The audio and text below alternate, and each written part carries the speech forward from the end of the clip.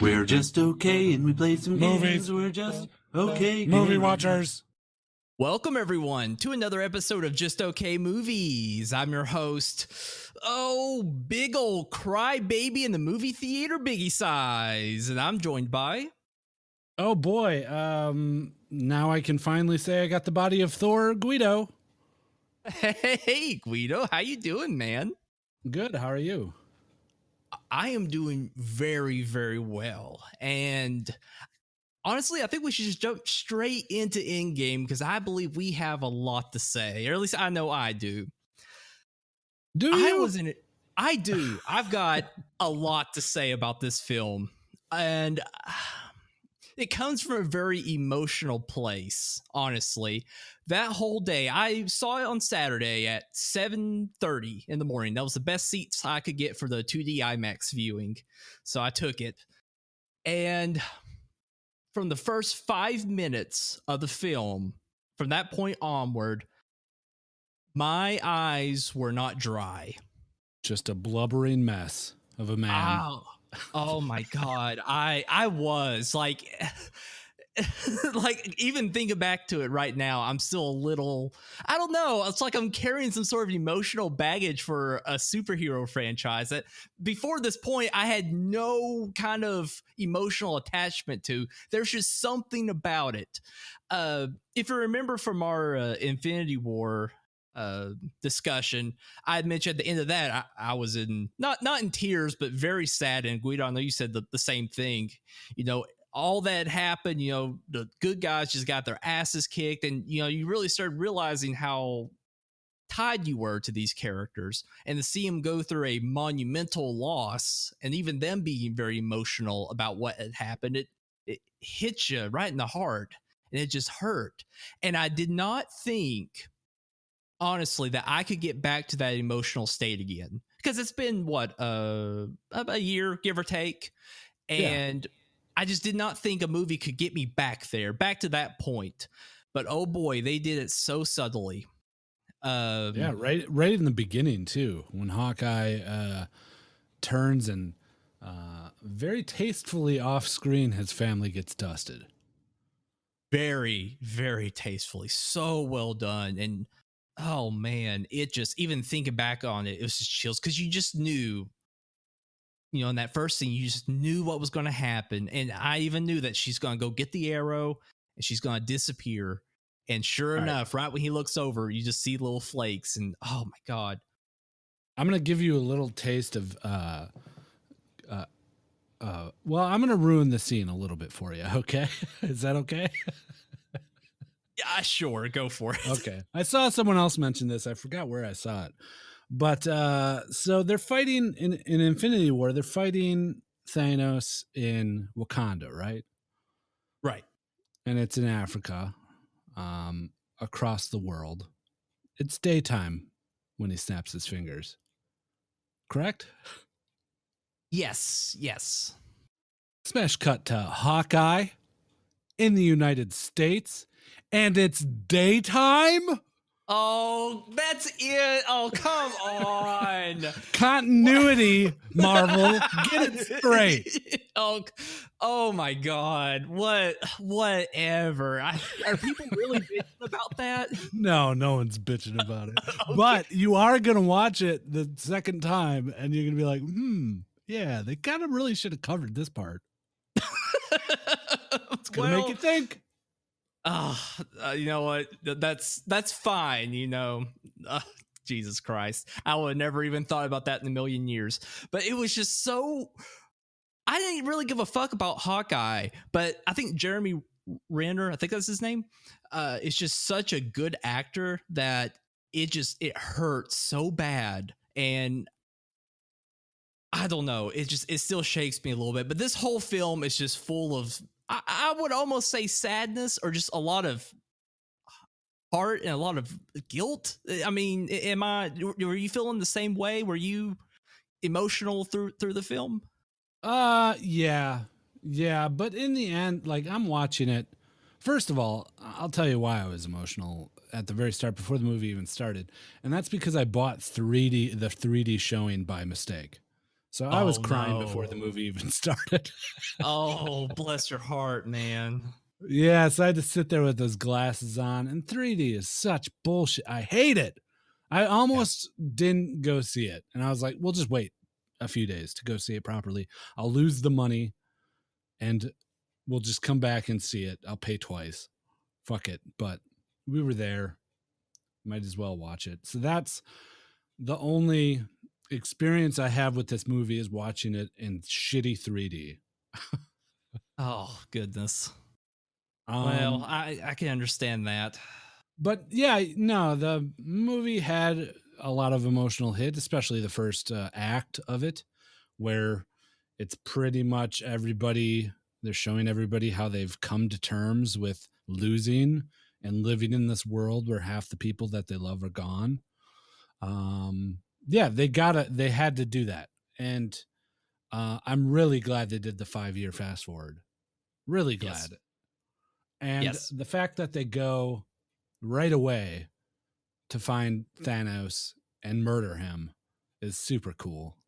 Oh, yeah. So good. Oh, I was my shocked. God. I was shocked. Me too. No, I completely agree with you there. And I've heard people kind of bitch about that. And I don't understand because it was the perfect setup. Because, as I said, trying to get back into that emotional state, what they had to do was, I mean, they kind of did the thing with Hawkeye to show him losing his family and then what he turns into. So we know what he's doing at this point. But then the next thing to do is exactly what we would do as people. We would go straight to that planet, wherever he is, and chop his fucking face off and try to turn around because he's got the stones. He's gone. They must be there. We just go and snap our fingers and it's all done. You know, we've heard nothing but people saying, what about the Ant-Man trick where we put Ant-Man up his butthole and kill him, and that's how we get the Infinity Gauntlet and save the day? Well, they go there. He's just a broken guy because he destroyed the stones already. So we're like, that's it. Within 15, 20 minutes of the movie, we're fucked. There's no getting around this. And I agree, then having the 5-year later gap and seeing what everyone's having to do to cope is powerful, and it really gets you into that mindset that there's no coming back from this. This is a new normal that we have to get used to, and it just brings up all those feelings from the end of Infinity War. And I just God, dude, I was at that point, had tears going down my eyes. You know, I wasn't like, you know, heaving or making audible noises. That comes a little later. But at this point, yeah, you're just so sad. I think the part that hit me the hardest, well, definitely was Robert Downey Jr. with his little kid. I mean, those scenes were very powerful because he's just, you know, he's a great actor. It's a cute little kid. But the diner scene when they're talking with Bruce Banner, and you know, he's talked about how he's become kind of one with the Hulk, and but still just in his voice, you just, whether if it's intentional or not, you kind of just get this guilt that's still there, that, you know, even though his life is probably better than it's ever been at this point, he still can't quite forgive himself or get over the fact that they failed. And that was truly just powerful. And that all the Avengers feel that way. They just cannot get over it. I have a little nitpick about the Thanos murder scene. How are we going to handle all these? I have nitpicks. It's a great movie. I enjoyed every second of it, but I do have slight nitpicks, and I don't want to overload it. Sure. So, am I like allowed one for each scene that we discuss? Dude, you could do whatever you want, man. Go for it. This is Biggie doesn't give a shit anymore. Yeah, I'm phoning this one in. No, I'm going to assume everyone who's listened to this has probably seen the movie, so didn't want to do a whole lot of back plot. It's a time travel film. They go and fight Thanos and win the day. That's basically it. Because that's not the core of the film. The core of the film is, I believe, the emotion, the character building, and the conclusion of all these characters. Not necessarily the plot itself, because it's fairly simplistic in nature. But yeah, go for it. So my nitpick is they're talking to him, and Thanos is like, yo, I destroyed the stones, so they're gone. Do whatever. And then they all look to Nebula, and she's like, my father's many things, but he's not a liar. And I was watching it, and I was like, hold on, like, they don't know who the fuck this girl is. Like, why are they taking her word for it? Like, oh, so he's your father? So you could be in on it? Like, they have no idea who this lady is. She showed up with Tony Stark. Yeah, but I mean, it's enough to say that Tony Stark trusts her, so they're going to trust her. I don't think that's too much of a stretch. Yeah. And the fact that he destroyed the stones, at that point, they understand why, you know, that big explosion happened. I think at that point, they have all the pieces together and they know that they're screwed. Because there's really no... I mean, if he had the stones there, he'd probably just kill them again. You know, there's no real reason for him to hide them since he's all powerful and could just snap his fingers again. But that's what's also kind of cool about his character is he just had one goal. I mean, he could have just went ahead and wiped out the Avengers as well. And we see that he's got that kind of power because that's kind of how the thing concludes with Stark getting the gauntlet. But he didn't, because that wasn't his goal. He already accomplished it and he can die happy. And I like that. You know, there wasn't a subplot at this point. Yeah. Yeah. What happened next? So they fast forward to 5 years and Steve Rogers is leading a support group of a bunch of men. Yeah, I didn't understand that part. Like a erectile dysfunction support group is what it felt like. Well, that's the weird thing because you see him and like 3 other people, and there's another guy there that was that Bruce Banner or was that just some other guy that looked like him? Because then he's the Hulk later, so I didn't understand that. Not Bruce Banner. Okay, I just thought that was him for a second. I was like, is this a support group for like the Avengers? But I don't know who these other guys are. But yeah, it's just them talking about people they lost, and I guess he's leading it. But his only way to be like, I sympathize with you. I lost my girlfriend because I was frozen in water. Like, that's kind of weird, but I see your point. And he's kind of he's kind of catching up the audience of like, oh, they've accepted what has happened and they're trying to move forward and they've given up trying to fix it until the MVP of the movie, according to the internet, tiny little rat walks across a control panel inside of a van, and out pops Ant-Man, Scott Lang.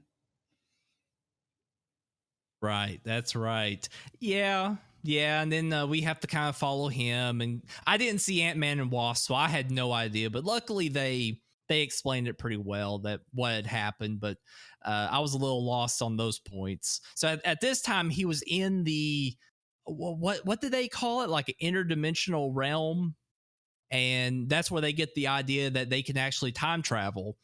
But the person that they need to really figure it out is Tony Stark, but he doesn't want to risk screwing up his current life or making everyone's lives even worse because he's with the lady Pippin, and they've got a daughter, and so, but he still, you can tell he's struggling because he lost Spider-Man, and he looks at his picture while he was washing dishes, and that was kind of sad. No, I was it kind of, looking at his picture reminded me of him disappearing in Infinity War, and that was I would say probably one of the most powerful scenes of that film. So it kind of eked in your heart a little bit and reminded you that he's kind of broken at this point. Even though he's kind of right now living one of the best lives he's ever had with a family, he still can't forgive himself for his mistakes. Not mistakes, but inability to rise up and take on somebody. You know, that whole thing. He just can't forgive himself. Yeah, overall, with the main 3, well, I guess Scarlet Witch would be included. The main 4, or not Scarlet Witch, Black Widow. The main 4 Avengers, even Hulk. I guess all of the Avengers, they have a good arc in this. Like, and they're all somewhat different.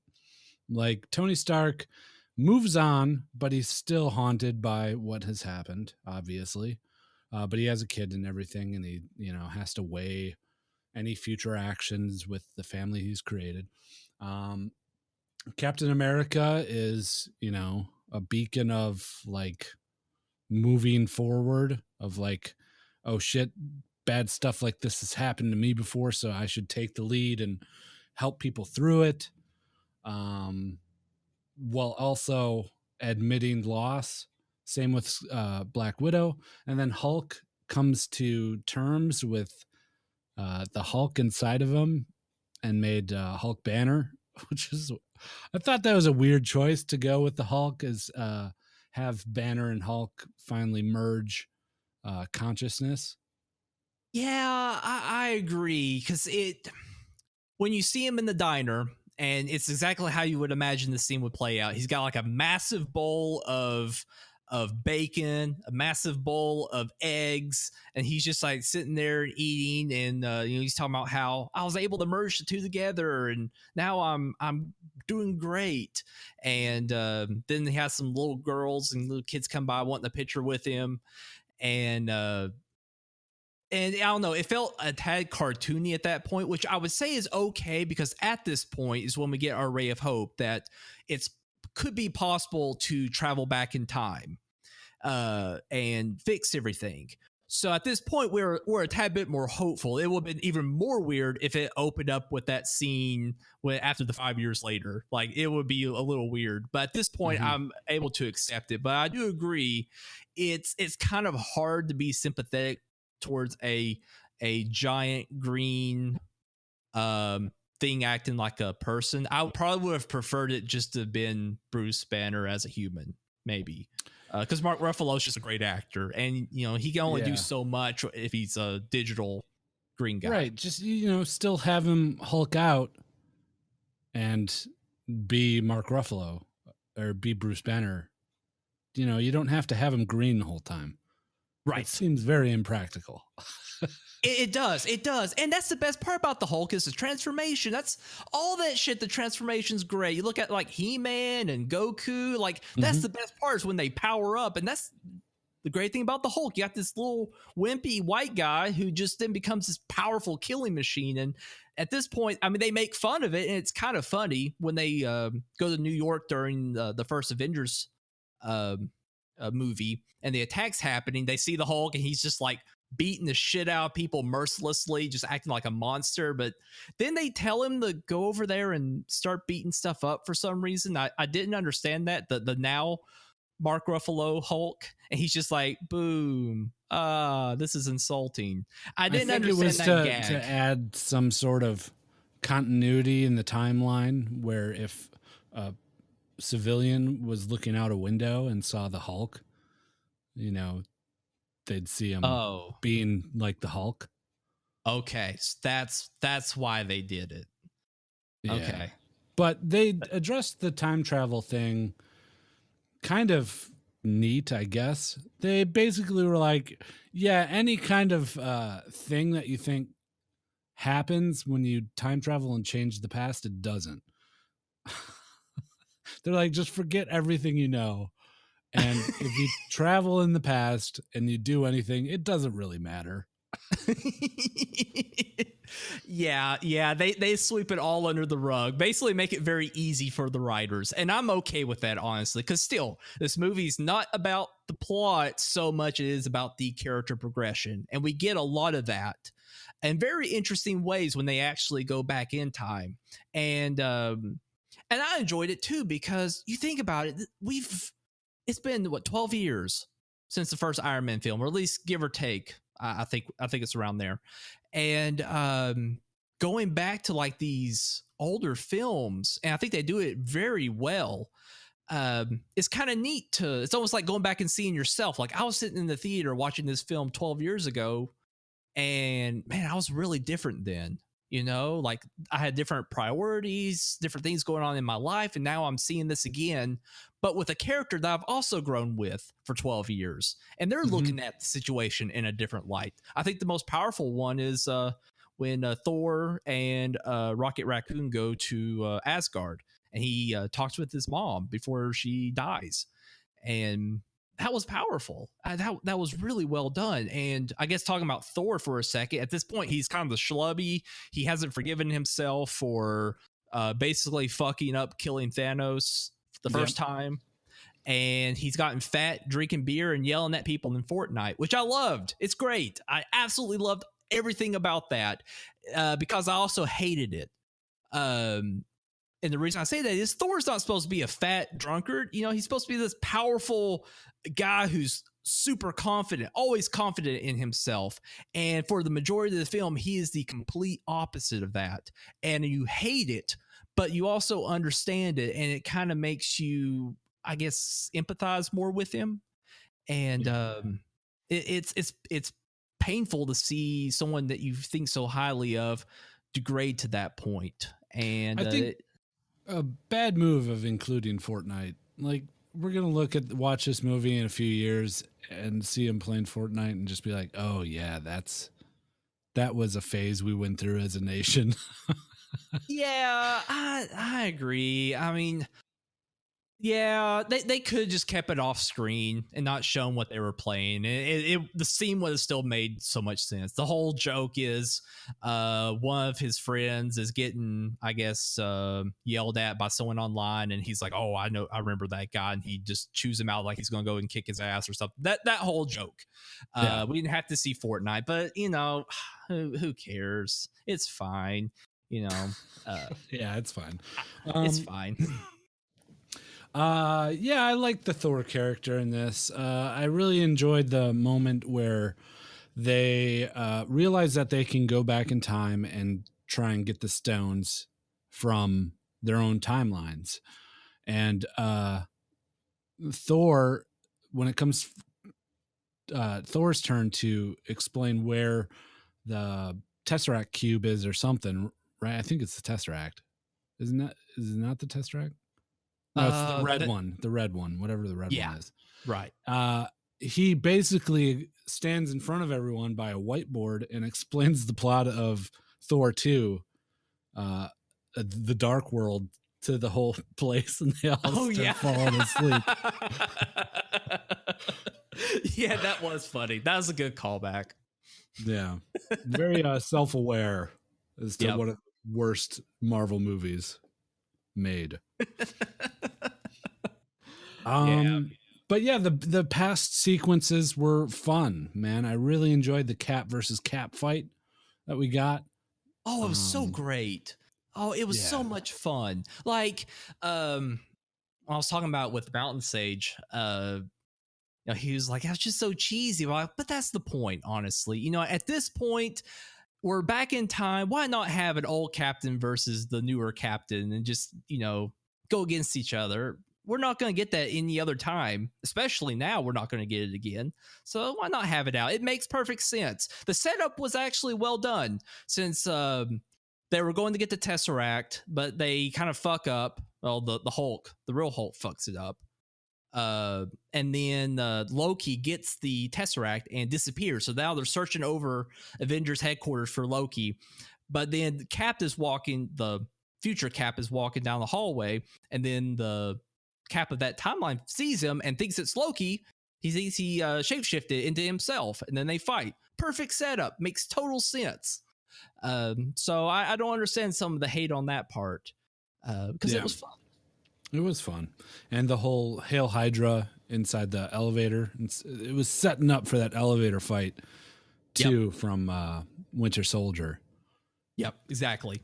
And then he just says Hail Hydra. That was fun. But yeah, let's see. What else do we got here? We went over kind of the Avengers timeline going in the past. We kind of touched on Thor. What was the other one? Yeah, I can't remember what the other timeline was. I guess nothing really happened. Speaking of Avengers set, the reason why they're there is to get let me try to remember. Bruce Banner was going to get the time stone from the bald lady. Enchantress, not the Enchantress, the Sorceress Supreme, whatever her name is, the bald lady from Doctor Strange. And it's kind of cool because she's like, it shows her what she was doing during the fight. She's like on the roof of their little chapel thing, like shooting time lasers at stuff and blowing it up. And it's just cool when he goes up there all hulked out and he's like, you've really got to just give this thing to me. And she does that punch and takes him out of the Hulk, and the Hulk falls asleep. And so the rest of the time they're talking, he's in that ghost form. And their conversation's actually really good. Like it seems like a very natural conversation from two really totally different characters. And when he finally has to explain that the reason why he's there is Doctor Strange saw that this was the only way to win, and they just assume that they're following the path that he saw, and that's what finally makes her give her him the stone. That was just a neat exchange. I really like that. Yeah, I liked it too. She kind of explains that at the end, once all this is done on your timeline, you have to come back and bring the stones back to where they belong. And he's like, yeah, sure, I'll do that. Right. Even though at this point in his brain, he has to know they don't have all the pim particles. They can't travel back in time. Right. So he's lying? Is that, or is he just like, oh, we'll figure it out? I think that's what it is. I think it's like at this point, we just have to do it or else we're just all kind of screwed. So I can understand his reasoning for that. I didn't even go into the pim particle part. I mean, that's kind of the part that Ant-Man was the most useful in, was just getting them the particles, what he had left. And that was sort of his whole role in the thing. Yeah, and also giving them the whole plot device of time travel. The initial idea. So yeah, just a small part of the movie. And then they go for the Tesseract cube, which is getting escorted out of the building, the Avengers Tower, I believe it was. And you see one of the many cameos, including Tilda Swinton, who is the Sorcerer Supreme. Robert Redford shows up, and this is after he's declared that he is done acting. You're right. That was Robert Redford. Yeah. I forgot about that. Robert Redford shows up. Lots of cameos in this movie. Natalie Portman was in it. I don't think she had any speaking lines, though. No. Rene Russo. A few others. I don't know. I can't really think of them off the top of my head. Captain Marvel cameo. Yeah, he's about just call it a cameo. It was cool seeing all those cameos. It was just cool going back and visiting all these movies, you know? Agreed. And even touch onto Agent Carter a little bit, the TV series, because Jarvis was in it. Jarvis was the butler for the older Stark, Robert Stark, I think.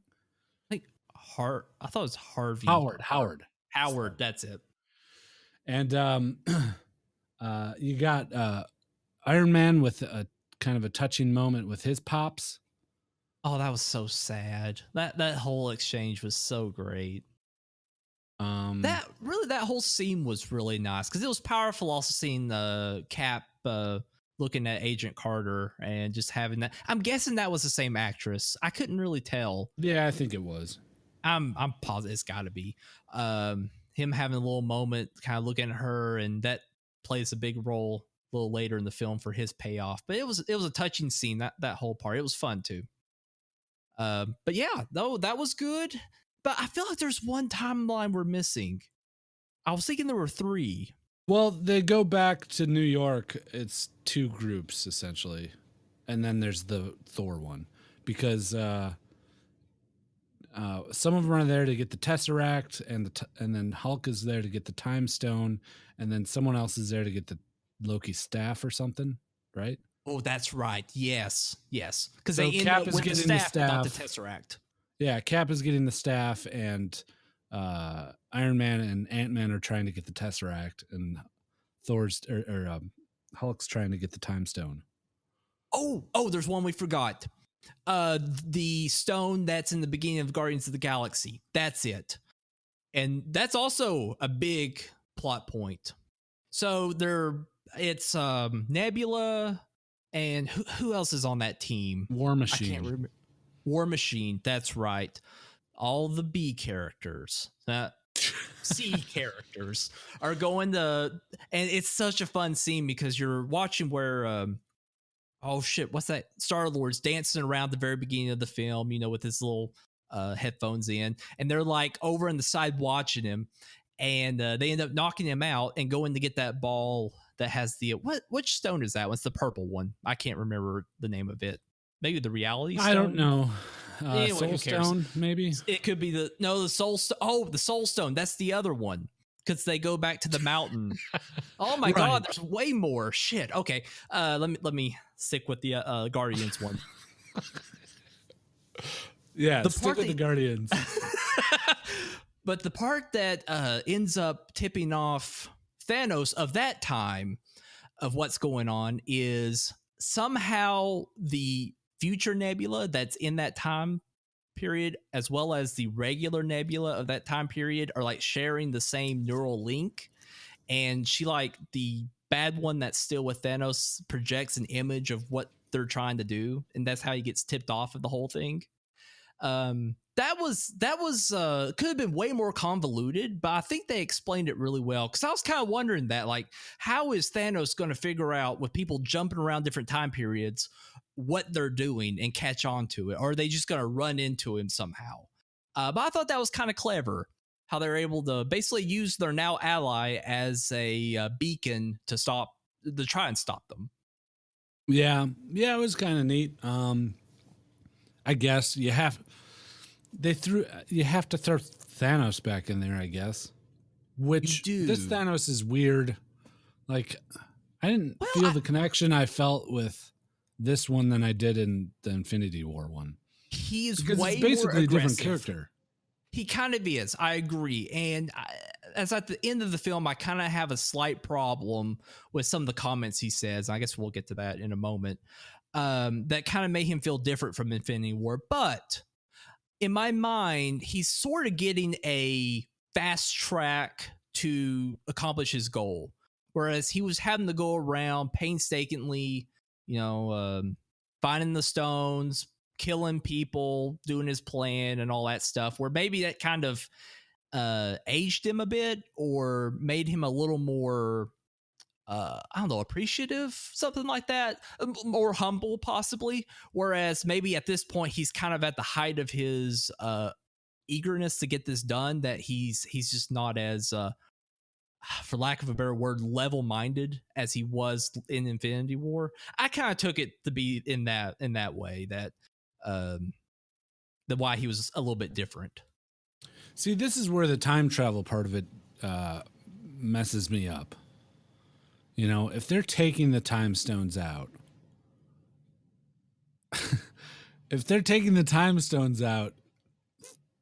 Thanos could just, like,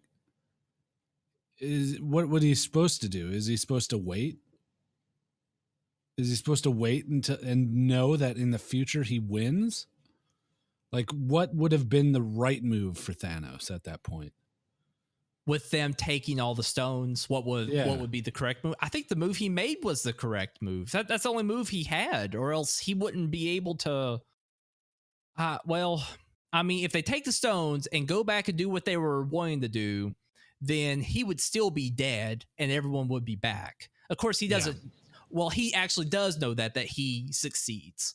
So that's why maybe he's just so aggressive that, okay, I accomplished what I need to do, but now they're going to undo it all and I might not be able to do it again. So maybe that's why he was a little more ruthless. Whereas he kind of, throughout Infinity War, he pretty much had everything under control. There was the only moment where he almost lost control was with Thor. And other than that, he was really fine.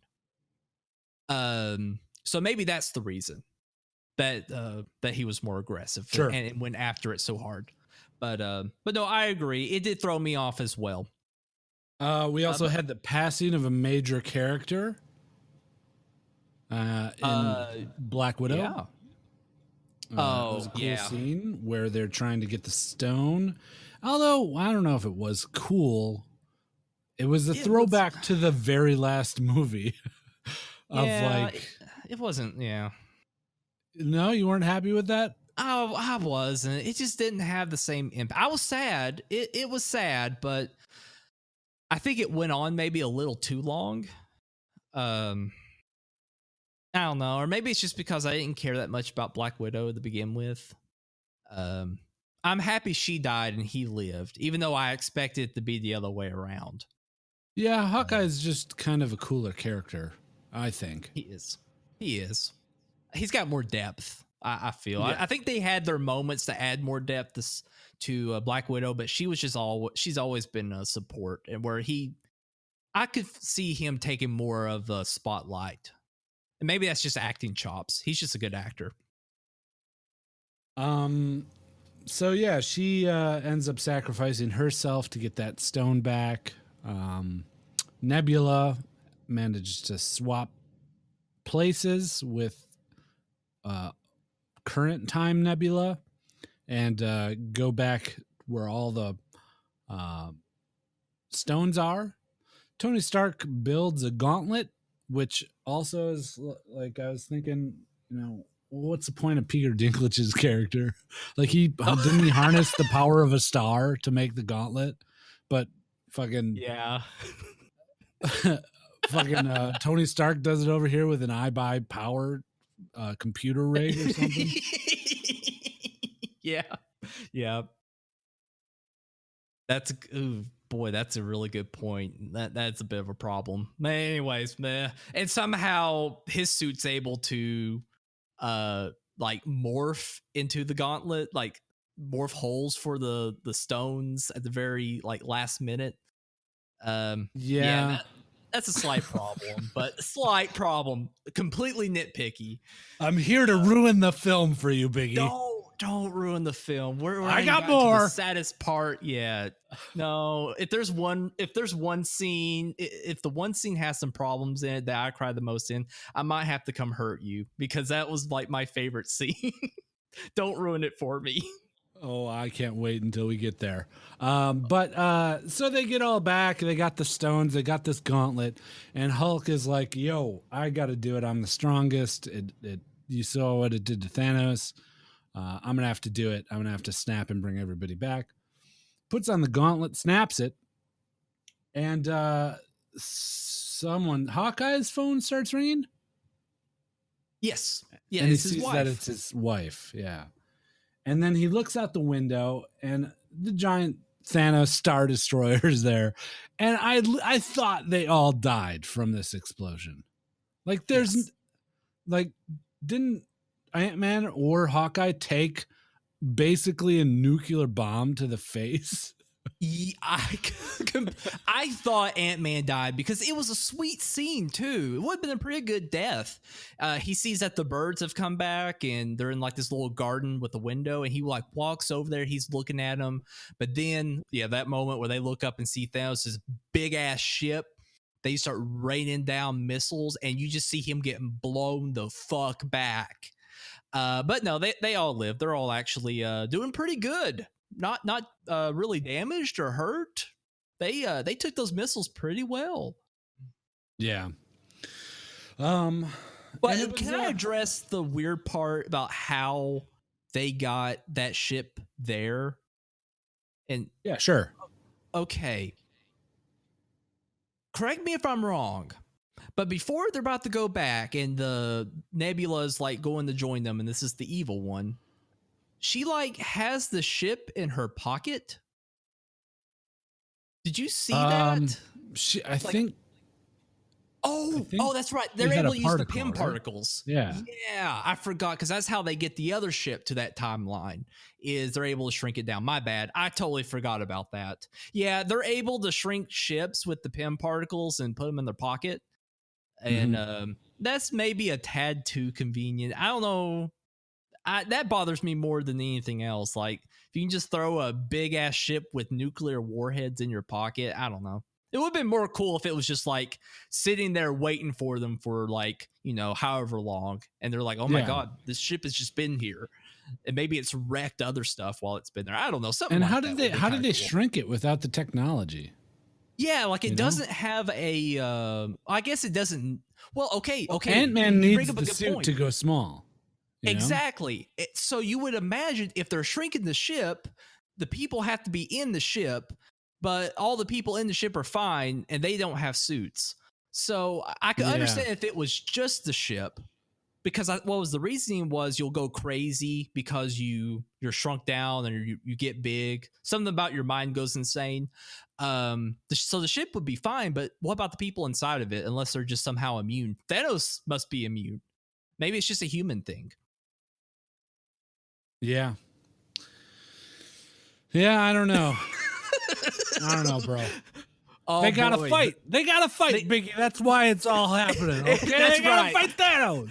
That's what it says on the script. So then they fight, and it is a glorious fight. I have to say, it was It's awesome. fun. Yeah, it was awesome. It was- the whole it fight was. scene is great. You get this wonderful shot of Captain America just standing there alone with only half his shield, and somehow he got his helmet back, even though he didn't have it on when the place exploded. Just standing there with like the sun setting, scorched earth, and a massive ass Thanos army just on the horizon with this big ass ship. It is, to me, like, it was probably one of the best scenes. Like, just not even just how it looked, but just the setup. You've got a dude who was like 18 years old during the beginning of World War II, who became a super soldier, but then was froze for like 40 years. And now he's standing in present day against a space army and ready to take him on by himself. Like, that's just a cool story arc for him. And I loved it. Yeah, it was neat. And let me tell you, it made it 100% better watching that in 3D. I'm sure that one scene had to look kind of cool. No, you forget. Your brain shuts off 3D after like 5 minutes of watching the movie. It's It's just dimmer. It's just dim. That's and you got it stupid lowers the plastic on your vibrancy. face. Yeah, no, it is. I totally agree. But Um, then, luckily, with everyone back, Doctor Strange, or maybe all of his peeps, teleport in all of the Wakandan armies and all the wizard armies and whoever else they can get. Everyone shows up. And it is a touching scene, especially seeing Doctor Strange back. I'm like, oh, sweet. This is going to be so sick. I bet Doctor Strange is going to like just go up to Thanos and just start like teleporting around him, like throwing his little time bomb things at him and you know, like kicking him in the face and like multiplying himself. Like, it's going to be the sickest fight in the world. You know what Doctor Strange does? Do you know what he does? Through the whole What? fight. What does he do? What does he do, Biggie? Biggest problem with this movie, the time I was ready to just blow a load. And you know what he does? He holds back water. He saves the armies from the impending ocean. What's the ocean? Where did that ocean come from? I don't remember any oceans around that area. I just seen like a big field probably out in Atlanta, Georgia somewhere, that they put a building there that's for the Avengers. I don't remember seeing any oceans or any large sums of water. Look, So Biggie, there was a big water main break during the fight, all right? You didn't want everybody's getting wet and armor rusting and all that. Like, there's sensitive electronics on this battlefield. He doesn't want them to fry out, Biggie. Come on. Man, that was just so disappointing. Like, I understand why. I mean, really, he should be able to beat them all by himself to a degree, because he's pretty overpowered. So I can understand them having a hard time. He's not a punchy, kicky guy, honestly. But surely they could have come up with something else than him holding back water. I mean, come on, guys.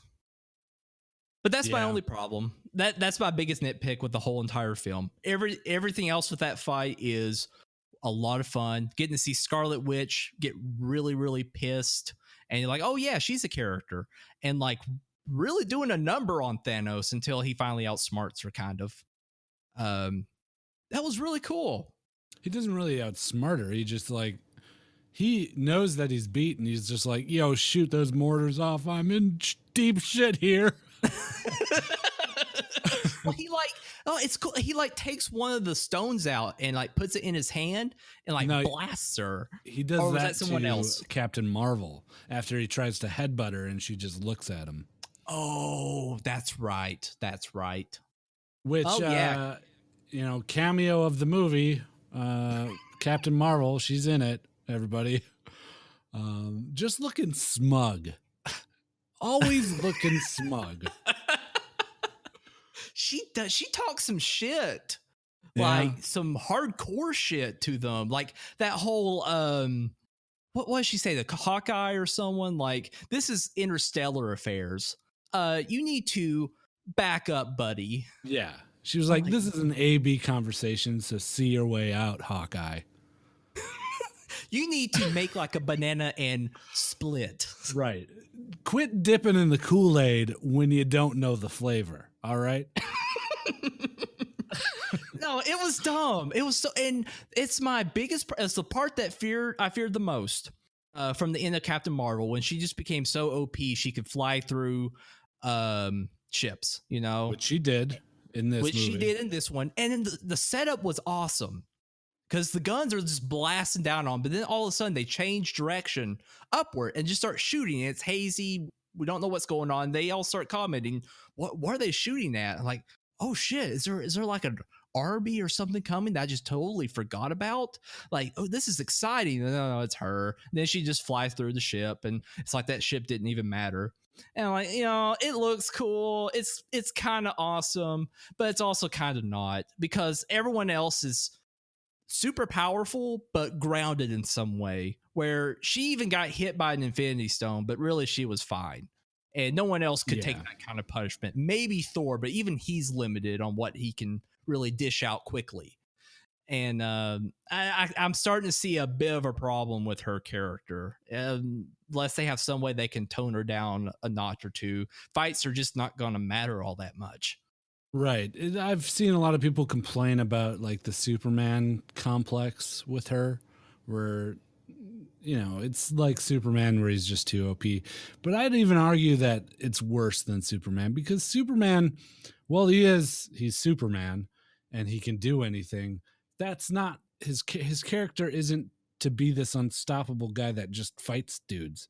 He like upholds these ideals and he saves people. Like the stories about Superman are like him saving people, not really fighting, you know?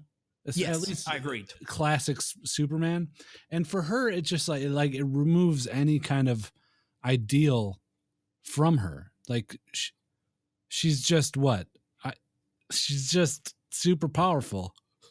Right. You know, and I think the moment we talked about before, where she was just poo-pooing anyone who's not on the same level as her, that's as if she's poo-pooing humanity, you know, and that she finds herself above everything else. And maybe that's true. But that can only go so far to be interesting till she should really just become a bad guy. At that point, you know, that she's not going to really consider people's viewpoints because they're not on her level. It just doesn't make sense. No one else has really done that, so, and now she's doing it.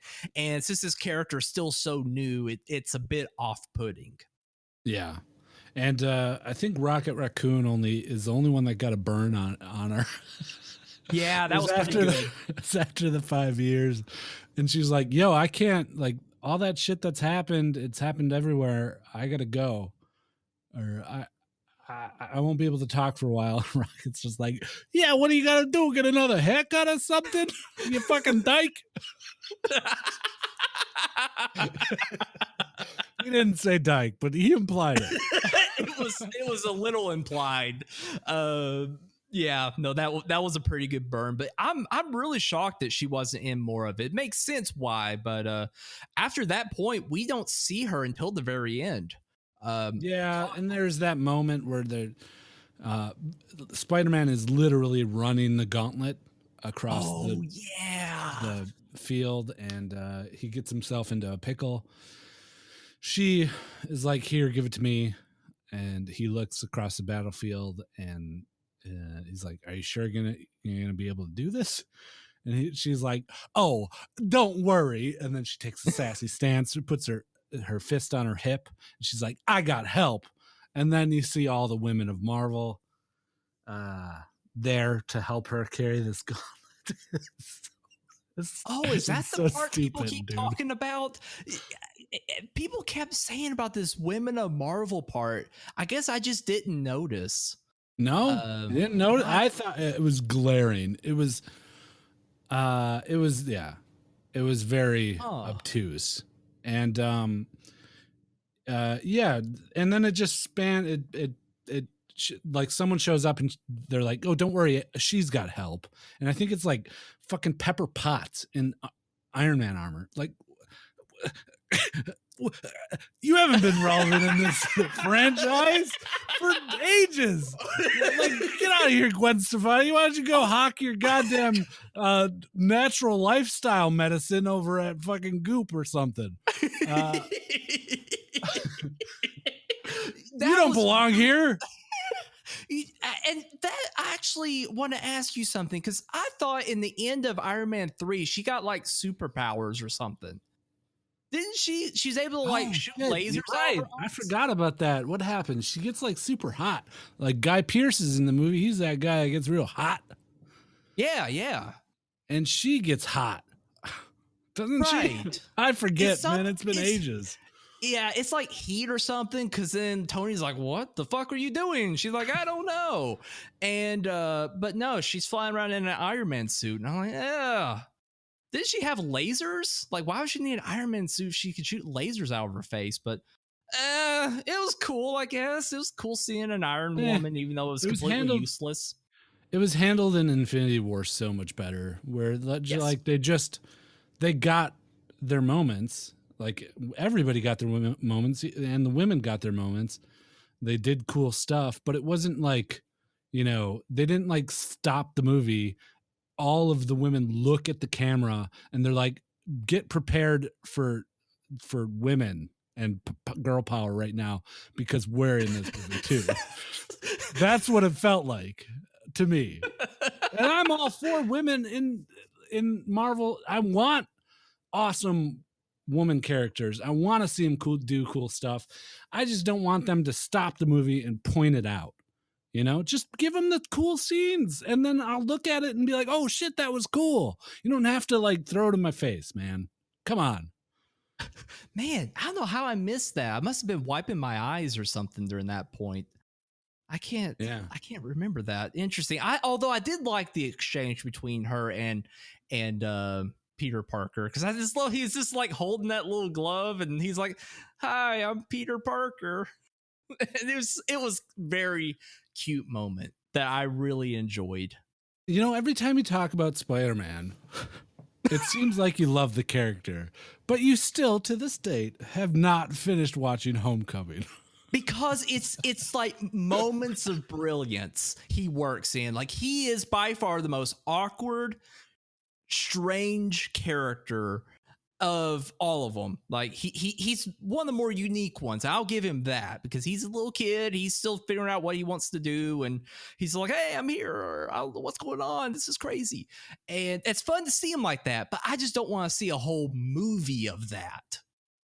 That's what if this whole movie was him as the lead character being like, oh, I'm Spider-Man, oh, I'm so awkward around women, oh no, boner, I wouldn't dig it. It just doesn't work for me. But as a side thing, yeah, very cool, really enjoy it. And even him seeing Tony Stark when he's in his last moments was it was sweet, because I thought it fit his character very well. Like, he's maybe not quite realizing that Tony's dying, and he's just trying to be like, hey, thank you for doing this. Did you see everything that happened? It was kind of incredible. And Tony's just like blankly staring at him, bro. I'm dying, dude. Like, dude, I am checking out. Let me talk to my wife instead of you, fucking little pipsqueak. Get out of the way. I gotta talk to fucking Gwen over there. That death scene, man, that was like, well, let's set it up. And I gotta say, it was kind of a cool setup. I didn't expect that to happen. Basically, Iron Man is fighting Thanos, but Thanos finally gets a hold of the glove somehow. Is that when he shoots Weirdo with the Infinity thing? Yeah, he shoots Weirdo, and then she comes back and tries to take it off. Okay. Okay. Yeah, that's right. Well, basically, he's got the glove. All the stones are on it, and he is just about to do the snap again. And I guess before we get to that point, this is where I think what Guido was mentioning, we talked about earlier, you could tell a shift in his character, Thanos. And it was interesting that they related. So basically, at this point, he knows that in the future he succeeds. They're in the past to stop the redo everything to get back to the way it was, and he knows that. So he tells them that he's going to now wipe everyone out and just start with brand new organisms. He's basically going to play God. And he says especially that he never took any of this stuff personally, what he's done through his time. And I agree with that. I don't think he has, but he makes an exception for Earth, that he's going to enjoy seeing it burn. And that is a point where I was like, yeah, okay. I don't know why he had to take it personally all of a sudden, but still, I kind of relate it to being a rush of power. You know, he's now years ahead of schedule, and he knows what happens at that point. So maybe he hates them even more for that they could actually stop him when at that time they really couldn't. So maybe it just pisses him off, and he has a moment of he loses his cool, you could say. But he's about to snap his fingers, but the stones are on his gauntlet. He does snap his fingers. He does snap them, but nothing happens. It's just a little metal clink. Yeah. And then we look over at Iron Man. He had grabbed all of the stones, and they somehow like quickly formed onto his little baby hands. And he does have infant-sized hands. It's really off-putting. He can't sport those stones, man. He just doesn't have the hands. Well, he says, Thanos, before he steps, he says, what do you say? I am infinite. I'm inevitable. He says that inevitable. before he dies, too. Right. In the beginning of the movie. Exactly. And but then he snaps his fingers, nothing happens. And you look over at Iron Man, and he goes, I am Iron Man, and snaps his fingers. And all of Thanos' army is turned to dust, including Thanos himself. And then that's the point where he kind of has his final moments with everyone before he passes away. And I thought that was a really cool moment, because that's the last line of the first Iron Man film. And it's kind of all went a big circle to that point. And that was cool. Nicely done. Yeah. I was afraid they were going to do a joke. I was afraid he was going to go like, I am, well, whatever, and then just snap it and like, oh, you Tony Stark, that's so funny. And I am tired of your shit, Thanos. There you go. That's perfect. That sounds like something they probably wrote in the first draft. But no, he does it real classy, real nice. And then we jump through to the big tearjerker, the point of the film that I was almost becoming audible in my weeping. And that is the funeral of Tony Stark. Yeah. Oh, man. What a scene. So well done, sad. too. It was good. But it was sad. How can you ruin it? I should mention, as he was dying, as he was dying, Gwen came up and she was like saying, "Oh, you did this. You brought everyone here." It was like while I was watching it, it seemed like it was a metaphor for like the whole 11 years that it's taken to get to this point. Oh, interesting. Interesting. Because she was just saying, you did, this is all because of you. We're here because of you. This is, as he's drawing his last breaths. So I thought that was kind of a neat little parallel. Oh, very insightful. I did not catch that. That's really good. Uh, the part of that scene that I'm sure is no surprise that got me the most choked up was how gracefully the camera moved. Basically, the setup is they're at their cabin and they're all on the shore, and they've got a little reef of him and his little heart, and they're going to set out to sea.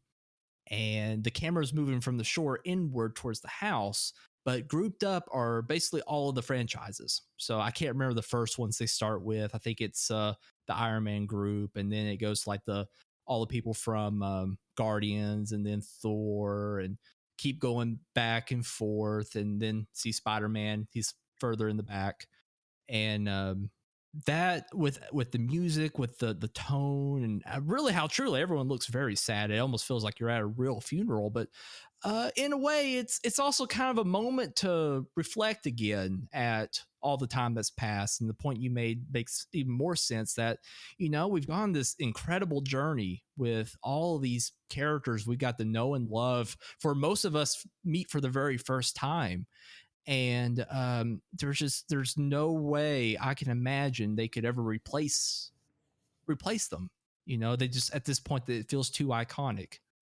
And Yeah, I felt that too. Like at that, as I was watching that, I was like, what are they gonna do? Like, they're not really giving me a lot of hope for the continuation of the franchise.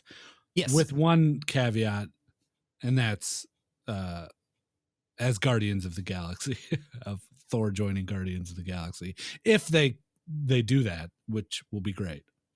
yes, agreed.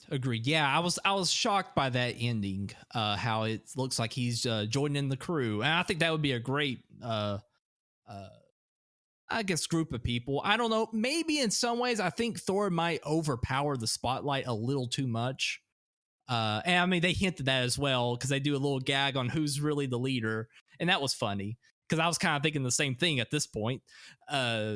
So that could be a lot of fun to see. Maybe it's just one movie where they just take him back to his planet or something. Who the hell knows? Right. But no, it was just a really incredible scene and really well done. And not that there's anything special about a bunch of people just standing in groups next to a pretty neat looking cabin, probably out in Georgia somewhere. But home, it was man. just, remember they went to his home. that's right. But the scene itself isn't anything incredible. It's just a house with some people standing out there.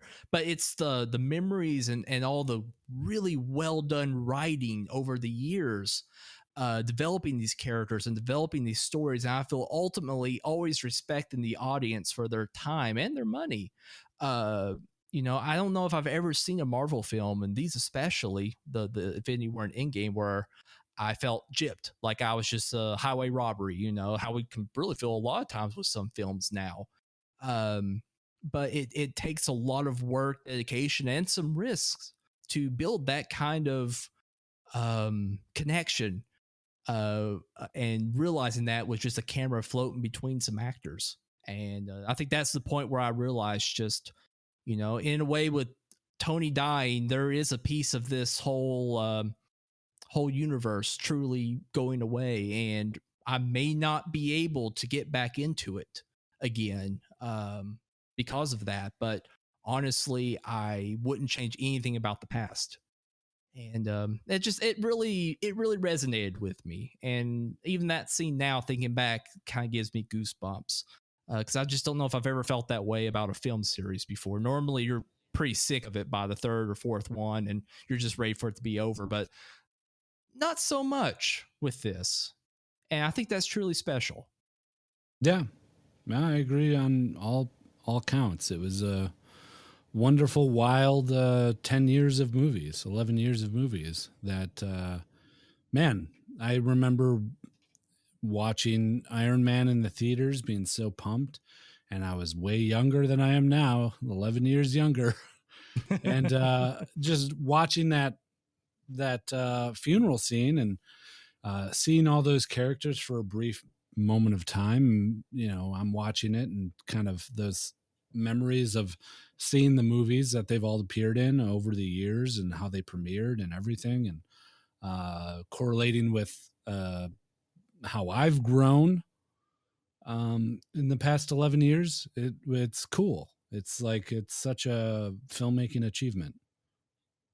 It truly is. It really is. And I just, with the start of Infinity War, when we discussed it in the past, it's truly amazing how many things went right to get to that point. And, people might mark it off as just being a superhero film and, maybe doesn't deserve as much praise as it gets. But I think it's truly an accomplishment that Disney, as well as everyone at Marvel, should be very, very proud that they achieved, because it made, I'm sure it'll probably happen again, but I don't know. It's kind of hard for me to picture it happening again to that level. But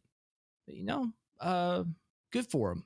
Good for him. And at the end of that, we get to see kind of the closure of all the characters. Of course, Tony's dead. The next one is what happens to Captain America. He basically takes on the role of taking all the stones back to their proper places, which kind of seems like it happens during the funeral. Maybe it happened a little bit afterwards. It was very quick together. They're still at the cabin. But either way, who is, I think it's Bruce Banner at the controls. He's saying that, it should only take 5 seconds, but he's got all the time he needs to get it all done. And so Captain goes back, and then after 5 seconds, they bring him back, but he doesn't appear. And at that point, I thought, ooh, that's interesting. I wonder if I was expecting like the timeline to change. Like maybe they look out and like the world's been destroyed or it's been mutated. Something's happened. I was expecting that. Like, and they're like, oh man, this is like the lead on to the next series. Like, we got to go back and figure out what happened to Captain America so we can fix all this. That sounds like a complete mess because we have to do time travel again. But I was thinking that, honestly. But then they look over and there he is, an old man. I guess he'd be 80-ish, somewhere around there, looking out at the water. And who's the black guy who flies around? Icarus? Falcon. Okay. Falcon goes over there and talks to him. And it's such a sweet, subtle exchange that I just found to be just so refreshing. Sad. All of it's sad. But it was real nice because they were just kind of, it was cool to see Captain kind of sitting there and not worrying about much anymore. And Chris Evans is a solid actor, real good at performing. And, he's all looking like an old guy. And but it was just like a breath of fresh air from when we've seen him from the beginning, him being the scrawny kid who just was freaked out about everything, to having to be the hero all the time, tough, always on point, to now just kind of in a retrospective mode, thinking about the life he's lived. And he went back, he stayed in the past and lived life with Agent Carter. And that was really sweet. He hands the shield over to Sam, flying around guy, Falcon. Falcon, thank you. And so he's Captain America now, I guess. Cap needed a win. If you think about every movie he's been in, it always ends on a very horrible note for him. He gets fucked over all the time. He wins the war, but he gets frozen. He finds out that Hydra has taken over S.H.I.E.L.D. and destroy, like, people that he's trusted for years have turned on him. He doesn't sign the declaration to register as a superhero, so he ends ties with his best friend Tony Stark. He watches Tony Stark. Best friend almost tries to kill him. Yes, his other best friend almost tries to kill him. He watches everybody get dusted. So it's time for Captain America to have a happy ending. And he got exactly that at the end of this. And it was good. It wrapped up his story really great. Right. Absolutely. And that's another point that gets brought up, is everything was kind of tied in a nice, neat bow. And a lot of times that's used in a negative connotation. And in most cases, I kind of use it as a yardstick. I feel like when you complain about things getting tied up neatly, it's normally because you don't feel the characters deserve it, and that's fair. I point to the prequels, for instance. Everything gets tied up perfectly, but you never get a moment to really get into Anakin's character or Obi-Wan's character or any of them, because they all feel so bland and boring, and like you just don't get into them. Whereas I'm happy that things get tied up here, because these characters were written perfectly, or not perfectly, they were written very well, to the point that you're able to get emotionally involved with them. And I like to see a happy ending for them. I don't know. Even with Tony dying, it's sad, but I feel like it's a good ending for that character, because he finally gets the rest, because they owe a lot to him. He was one who was able to get the Avengers armed and prepared for every task that they were able to handle. He carries a lot of that weight, so it's neat to see him finally get the rest. And so no, all these characters, I think they deserve a nice, tidy ending, and they all deserve it because they're written so well. Mm-hmm. I agree. Fun movie. Very good movie. Fun. I gotta say, though, just to put it on the record, I liked Infinity War more. I think that's fair. I think that's really fair. I don't. Something, when it comes to me, I have a hard time rating films based on if I would watch it again, because there's a lot of movies that when I get so emotionally involved in them, I don't want to watch them again. Because I like having that one time viewing and having that memory with how I viewed it, and then letting it rest, because I don't want to ruin it. Because there's just no way I'm going to relive it. Mm-hmm. And so I can't ever pick rewatchability as being like, this is a good one. I'd almost say I don't want to rewatch Infinity War or Endgame, which makes me like them even more. But if I was just going to pick between the two, I think I might have to overall agree that Infinity War is a more superb film. But honestly, I kind of view them both being the same film, because they both really rely on each other to tell the entire story. So I kind of have a hard time just saying that I like the first part better than the second, because I feel like they're both really the same film. They just couldn't put both together. Yeah. But yeah, if I had to pick one half more than the other, I guess I would pick Infinity War, but it would be slight, like a sliver of a margin, because I enjoyed being emotional during Endgame, because it felt so deserved, and felt so powerful. Cool. Great movie. Well, I don't know if we're going to see that again. I don't know if they can recreate it over another decade. I don't think so. I think for me and you, I don't think we'll ever get that again. For people growing up now, I think they'll have it. I don't know. It just seems like with an age thing, like the older you get, I guess it's harder to rekindle those moments or get those moments going again. Maybe it's just because you've already experienced it, but maybe with the next phase or the phase after that, people growing up will have the same moments we had for Infinity War. Yeah, it's true. I mean, we got Fantastic Four, the X-Men are they're gonna sit on that franchise while they let the dust die from Fox fucking it up. Yeah. Deadpool, all that stuff is coming to Disney, so they got a lot to work with still. They certainly do. And I think they're in good hands. I'm very interested to see what they do, and who knows? Maybe I'll be feeling the same way after the next big phase. That's like, there's just no way. I didn't think I'd make it this far and feel this way. So hell, maybe they still got some tricks up their sleeve that will pull us right back in. Yeah. Well, goodness. I really don't want to say these next words. Oh. Before you do that. Yeah, let's do that. Let's do that. Okay. I might cut that part out. All right, let's jump straight into voicemails. All right, here we go. Oh, hello there, Just Okay Movies. Mountain Sage here. I was wondering, what is the most violent thing you've ever seen in a kids movie? I was wondering this because for some reason I was thinking of the movie Beethoven, the like early '90s movie about the giant dog, the Saint Bernard. And at the end of that movie, like the bad guy is this evil vet that's trying to just kill animals for some reason, like put them all down. And he's got like this giant tray filled with like syringes, like they're all uncapped and like filled with chemicals.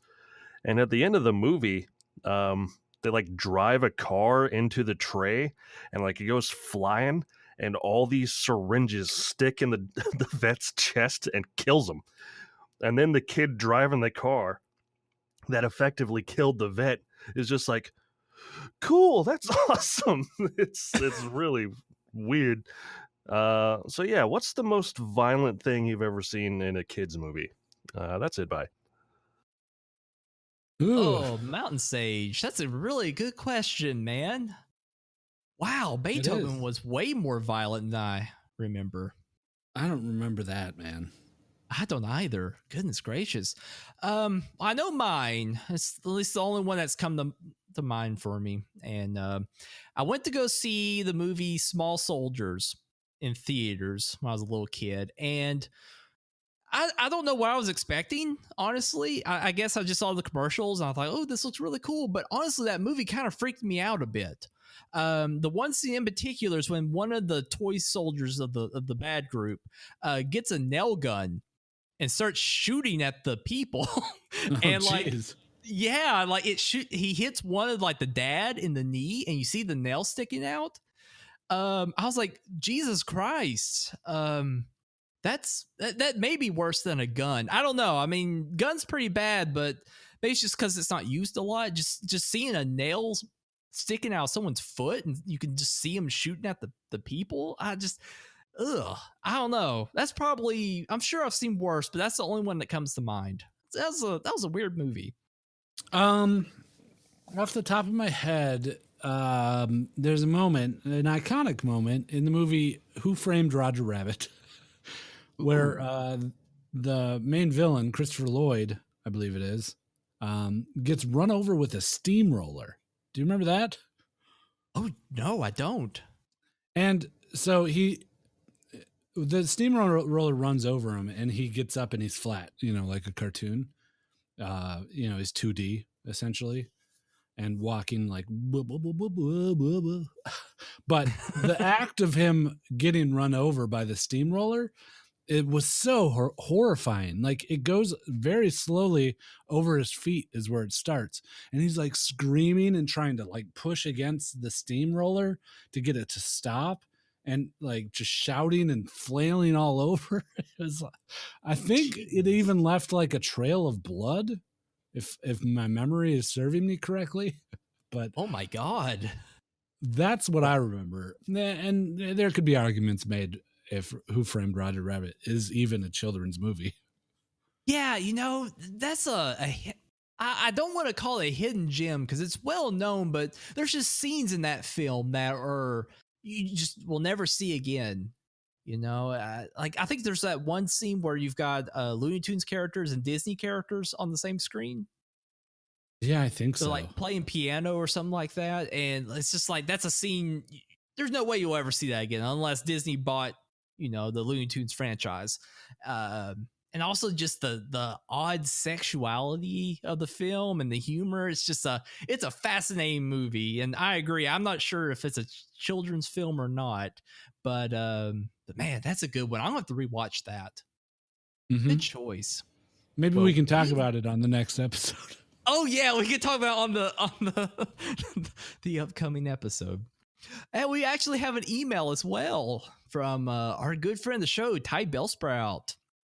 Hey, Just Okay Movies. Hope you're all doing great. Honestly, can't say enough about this movie or the franchise. He's talking about Endgame. But I tried so hard to make this email a short email. If no spoilers, don't read this on the pod now. Yeah, we're past that.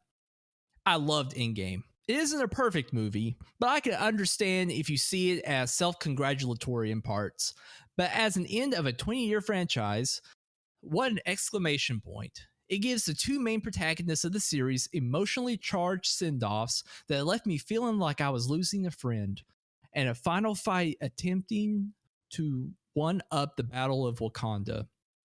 As a longtime fan of comic books, it meant a lot to me to see not just characters come to life, just as you always dreamed they could, but even have these giant cosmic events that are cheesy, ridiculous, and childish playing out with honest sincerity. Compared to other superhero films, it never felt like they compromised their beloved characters for lowest denominator variants to sell tickets and allowed them to mature and grow just like they do in the comics. It's insane to see how successful this franchise has been and also how it changed the cinema landscape. The future of the MCU will be different from now on, and maybe it goes to being a B-list franchise as always there in the background. But for me, they've earned my trust. Thanks for reading. Have a great rest of the pod and night. Yeah, I completely agree. I think we definitely hit a lot of those points in both reviews that they could have went an easy route and wrote poorer characters, characters like you would see in the X-Men franchise at this point, honestly, and maybe like the Spider-Man before the Homecoming one.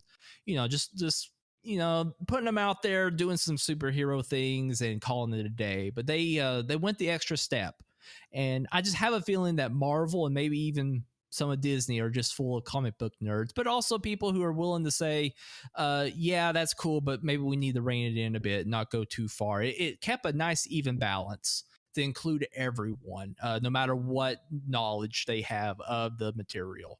And I think it shows. I think it clearly shows. And we've seen other films like with Justice League and stuff as bellwethers, that, you can continue to do it the old school way, or you can get on the Marvel way and really focusing on making strong, powerful characters with interesting stories and actually showing you give a damn about the people's time that are sitting down there and viewing the film for maybe upwards of $15 to $20. And Marvel's got that. And I'm very, very impressed, constantly impressed. It's an impressive feat. Absolutely.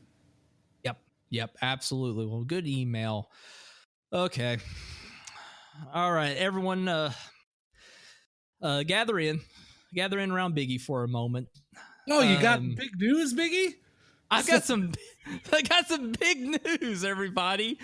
I can't wait. I hope it's gonna. Oh man, I can't. It's gonna be a big guest on the next episode. Oh man, of course. Speaking of next episode, God, Guido, you're making this harder. Sorry. No, you're fine, buddy. You're fine. I wanted to start by saying just how much I've been really touched by everyone tuning into the pod, listening, sending emails like Mountain and Ty did. We got tons of others in the past, tweets, everything. It's meant the world to me, and it makes it painful for me to say that this will actually be the last episode. But I don't necessarily want it to be a sad thing. Guido and I have talked about it. We've done some really cool things here, honestly, and very cool. Cool. It's been an absolute blast, and Guido and the fellas and all of y'all, I feel like you all have made me a better person. I remember listening back to episodes and just being like, oh my God, I'm just so bad at this. And, I'm still self-conscious about myself, but, with you all being one to tune in and listen, you all have made me want to be better. And so I hope that this pod has also brought a lot of enjoyment in your lives as well. And it's fascinating. Throughout Endgame, I was thinking about this topic because Guido and I had talked about it a little bit before seeing Endgame. And thinking about all those previous films. 2007, I believe, was when Iron Man came out. I just got out of high school. I was about to start college, and thinking about all the things I was concerned about, that I was excited for at that point. No way I would have thought that I didn't know I'd be a part of this awesome community with the Just Okay Gamers, and have all these wonderful friends and people who would actually want to tune in and listen to me talk a lot of bullshit. and that it blows my mind, and just thinking about everything else from the years followed that were mentioned in Endgame, just thinking about how life progresses. And, it's, I think if there's one thing to even take from Endgame is, we all change. Things start becoming more important, or things we have to just focus on more as either adults or teenagers or what have you. And sometimes it's not the easiest thing to do, and sometimes it's the thing, that's the right thing to do for the situation you're in, and it's not the easiest thing, but it's the right thing. And I wish I could say it better than that, but I think it's just kind of how it goes. I think that everybody understands. Like, we made a bunch of awesome episodes of this movie podcast, and it's something to be super proud of. And I think we've both grown, and we've both kind of honed our speaking ability through this. And man, it's been a pleasure doing this with you. It's been a pleasure talking about movies. And my goal this whole time, and for this movies podcast, was to get you and a bunch of other people to watch Old Dogs. And I fulfilled that way early on. So mission accomplished. God. Oh, man. That was a long con. Yeah. It took a while. It did. But, it took a little while. It was great. We watched so many cool movies and not so cool movies, and always a blast to talk about them. And it goes to say that just the medium itself, cinema, would allow me and you and Wally and Millpool and Nasty to have this thing in common, and meet up out of nowhere and create something out of nothing, using their creativity as a building block. It goes to say something about this generation we live in. And boy, I'm happy that we've gone on this journey together. I've gotten to know a lot about you, Biggie, and I will always consider you a good friend. Thank you, buddy. I don't know if I couldn't say it any better. No, I've greatly appreciated being able to discuss all these topics with you, and I've definitely learned a lot more about film. You're just a wealth of knowledge about film. It blows my mind, the stuff you can bring up. And there's definitely a lot of movies we watched that I never would have unless it was for this pod and for you mentioning them. And I'm very grateful, and also consider to be a good friend as well. And I love you guys. I don't know if I could ever say that enough. And I'm always down for talking about films. If you're not part of the group in the Just Okay Gamers Discord, please get on there. Every now and then there's some movie nights going on, and if you just want to mention, hey, let's have a movie night, I'm sure someone will oblige. There's tons of people on there who like watching stuff as well, and it's fun to get in a group and talk. So it's just a great community on there. But ultimately, thank you all so much. Love you dearly, and I'm sure we'll be talking in the future. All right. See you later. Bye-bye forever.